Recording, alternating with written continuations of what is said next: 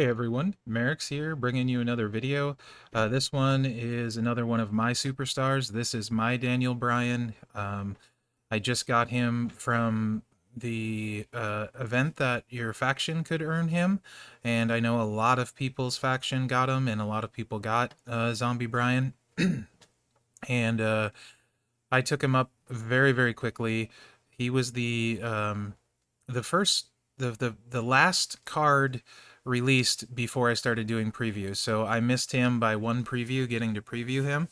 I watched all the previews, and he was a card that I wanted very, very much. I didn't get, I was just short a little bit. So when this event rolled around and I got him, I was super excited. Anyway, long story short, I'm taking him to the moon. He's ready to go 5-star silver. He's just a button click away. I do plan on filling the stars. That's not done yet. His strap. I get asked often, what's the best strap setup for him? I have one Fury, one Takedown. That is not by choice. My only red percentage move damage medal is Fury. I would do double Takedown with him if I had a Takedown one. After Takedown, though, this would be my next choice. So second best medal, in my opinion. The most important thing for him is the red percentage medal. So if all you have is a tier 4 vitality or padded, you're going to want to run that. That's the biggest factor for him, is his red move damage. That's primary. Secondary is his gem damage, preferably in red, then green. After that, any color is fine because he's blowing up a lot of the board. So when you look at my medals here, I have a maxed out all gem damage one. It has a little bit of red move damage, not even significant, but it has 4% green gem damage on top of the 30% all. The move damage one has 4% green gem damage. The gem defense one has red move damage at 3%, green gem damage at 6%, and black gem damage at 4.5%. So that is a fantastic one. Adds a lot of extra damage. And the takedown one here, again, has red move damage, 3.67, and yellow and purple gem damage at 4%. So those are my medals. You can see the stats. My red move damage before any trainers is 154%. I would love to get a tier 5 and take that to 225% instead of 154. He would be insane with the tier 5. You can see the gem damage, 50%, 64, 54, 50, etc. A lot of numbers, sorry. I do have an anti-stun strap for him. Not really a big deal, other than I never worry about being stunned, but it doesn't make or break him at all. And you can see I have the Aftershock skill plate on him. Not the best skill plate for him. That is on there in case I want to run him Showdown, maybe to help get the reds charged. I don't know that it's necessarily worth it. Cheap Shot would be the one I would pick, or Head Games probably. Cheap Shot seems better because you're going to blow up a lot of the board on his finisher. So I would say Cheap Shot. 2 words for you could also potentially help you blow up more of the board, because usually you're blowing up about 3/4 of it. 2 words for you might get you a little bit more, but I still feel like Cheap Shot would be the correct way to go. But yeah, so that covers the straps and medals. Let's look at my entourage real quick. George Steele for more green MP. Actually, let's cover the moves. The no kicks, 12 MP red finisher, deal 133k damage and swap a 4x4 random area into greens. Knee of the Damned, deal 44k damage and choose a 2x7 area to make into blast gems. And Escape from Hell, 6 MP green, deal 37k damage and choose a 3x2 area. Some big keys why I think he's one of the best powerhouses in the game, him and Keith Lee being the top 2. In my opinion, is this 6 MP green move means he is perk proof. As long as you have MP up, doesn't matter what your opponent has, you're started turn 1 in feud. Also with feud perks, you don't need X-Pac or anything like that to charge the no kicks with the 3x2 area. It fills it up automatically, so you don't need to create a 5 match or anything like that.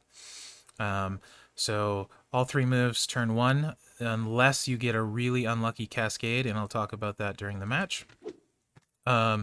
George Steele for green MP to get started turn 1.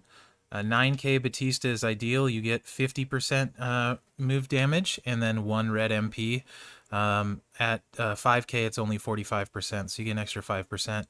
I have Snoop. He's not 12K yet. At 12K, it's another 5%. And I have Gooker. If you don't have Snoop and Gooker, it's not the end of the world. Don't worry. I would run, if I didn't have these two, I would run Lacey for the green and purple gem damage, and Typhoon for the red gem damage and blast gem damage. If you have one of these two, I would run Typhoon before Lacey. Anyway, let's get in here. I have 2 perks plus 2 MP plus 1 on a match, and Piper is completely strapped. He's a 5-star bronze. I'm a 5-star bronze. I'm going to fight a few different people. The reason I'm going against Piper is we're both 5-star bronze, and he's a showboat, and he has a large health pool, like 960,000 hit points, 950. And on a good cascade on the finisher, I can take all of his health on a really good cascade. So that means you're pushing 1 million damage turn 1 at 5-star silver, or 5-star bronze, I'm sorry. So when you're choosing the area, ideally you try to avoid breaking it on spots. Like this looks good initially, but when you look at it, if a purple falls here, you get a 3-match, and if a black falls here, you get a 3-match cascade. So not a very good spot. This seems a heck of a lot better to me.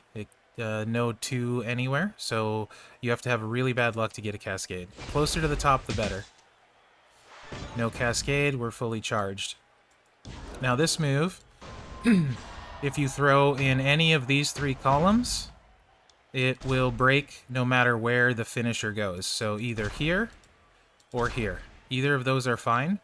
This has a couple reds and a green connecting to it because the blast gems are going to blow those reds up. So I'm going to put it here. Oh, and let's cover the damage too. So even though he's strapped, I'm still doing 440k on the finisher. The Knee of the Damned is still doing 148k. And Escape from Hell is doing 45k. Now we're going to hit the finisher. He has 720k hit points left.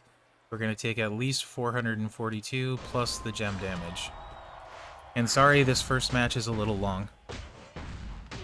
And this is everything you could. I feuded with him this last feud, and you do usually anywhere from like 850 to 1 million damage on turn 1.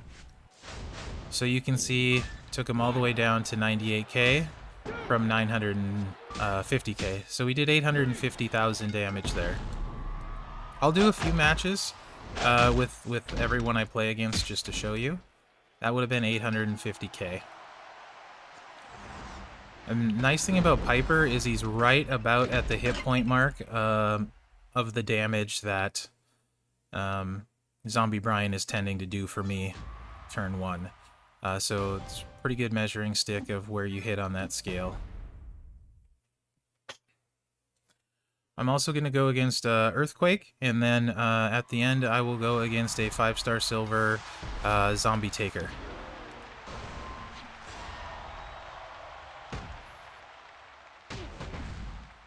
So this is a pretty good spot right here. Gets rid of the reds. Very little chance of cascading. There's no 2 matches connected anywhere. So 2 gems have to drop in together. And this is not as good a board because we have the loot box gems. So hopefully the green area ends up in the top and not the bottom. Right up here would be better. We're best, like right this area. Turning that all green.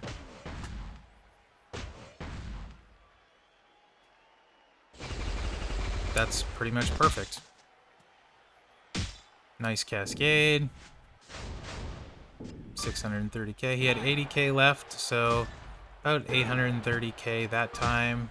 Not great, not getting huge cascades, but you're getting an idea.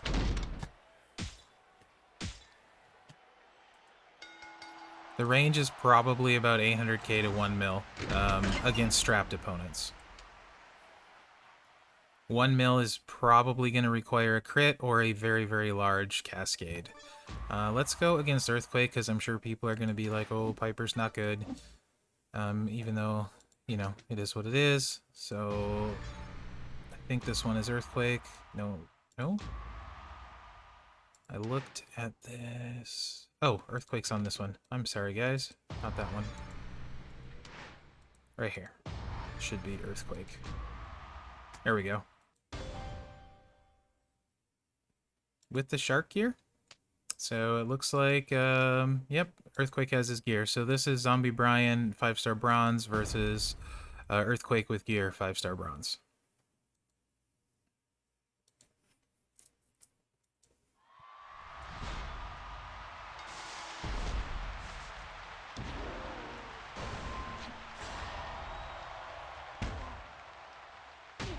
So, like, ideally, I want to put it here, but the one, if a yellow drops here, it gets the match. So I'm gonna lower it here, but there's 2 greens, so I don't like that spot either. Here, and then just double check and make sure there's still the 2 greens. They're not going away.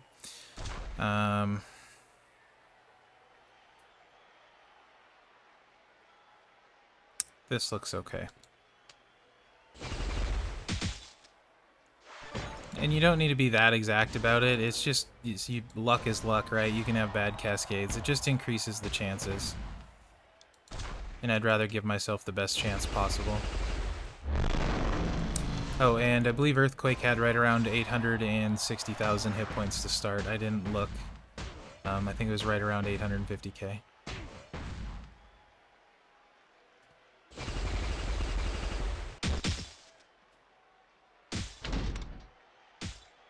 Little cascade, not a great one. Yeah, takes him down to 12k hit points. I'll do one more.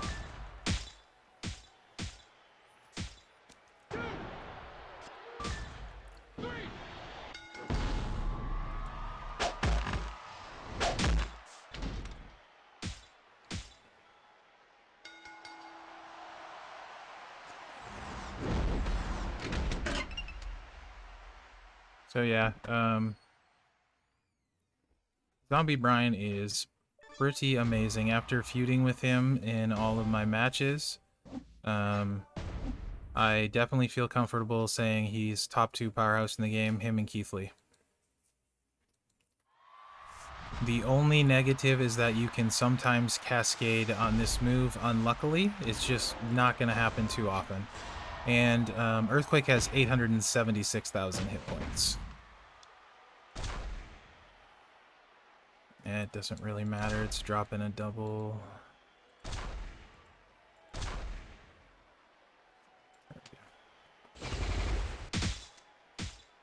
See, there's the unlucky cascade, which does happen. And he does have his gear, so I'm going to eat a little bit of damage here.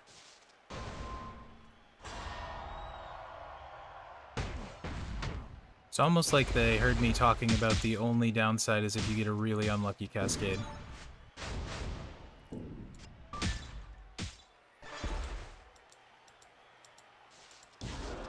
And kicking out is no problem. And this will probably take all of his life. If not, he'll maybe only have like 20-30k left at best.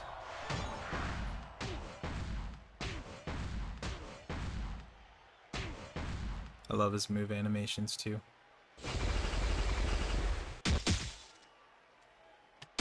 That's a little bit better cascade. Yep, that wiped all of his health. So that was over 860,000 damage on the cycle. And now let's take a look at him against 5-star silver Zombie Taker. We'll do one match against him, most likely just one, and call that good.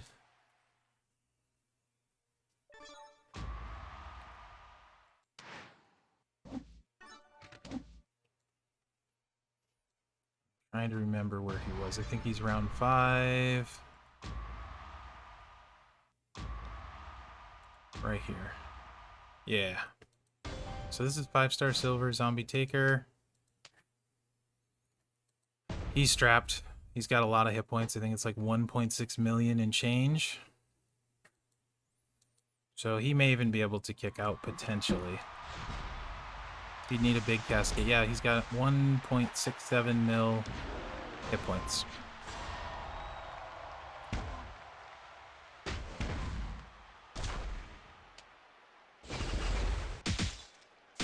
Another unlucky cascade. So odds of that are slim to none, and you guys get to see it twice back to back.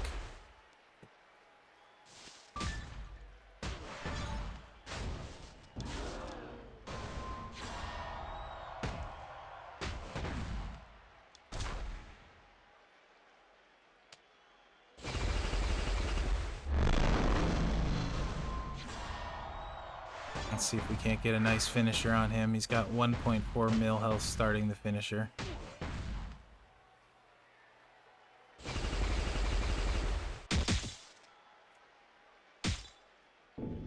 So cascade, nothing great.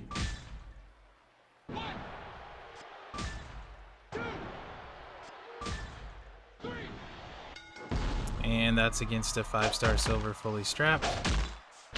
Because I had 2 of those unlucky cascades in a row, I'm going to tempt fate and say there's no way I can get 3 in a row and do 1 more match. Also see if Zombie Taker can kick out. I believe at 5-star silver, with my current setup, he'll probably average a mil to a mil 2 damage a turn, probably. And if I get the tier 5 percentage gem medal, I think he'll be putting out close to 1.5 million turn 1. So should be pretty good.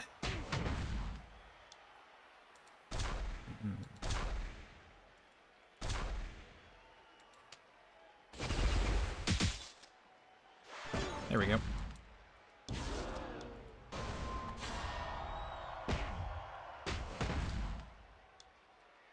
This is a pretty good looking board, but let's see if we catch any cascade. And you can see why using Lacey would be good with all the greens and purples and you're making greens, and then why Typhoon with the blast gems and red gem damage would be good trainers as well. Here's a nice cascade. 700k finisher. And Zombie Taker has no chance. So there you go, guys. That is my Zombie Bryan. I think unquestionably either the first or second best powerhouse in the game. Him and Keith Lee are in a league of their own. There's those two and everyone else. So yeah, I hope you guys enjoyed the video. Love seeing your comments, so please let me know what you think in the comments. And remember to like, subscribe, and share, as that helps me out. Other than that, guys, thanks for watching and good luck out there.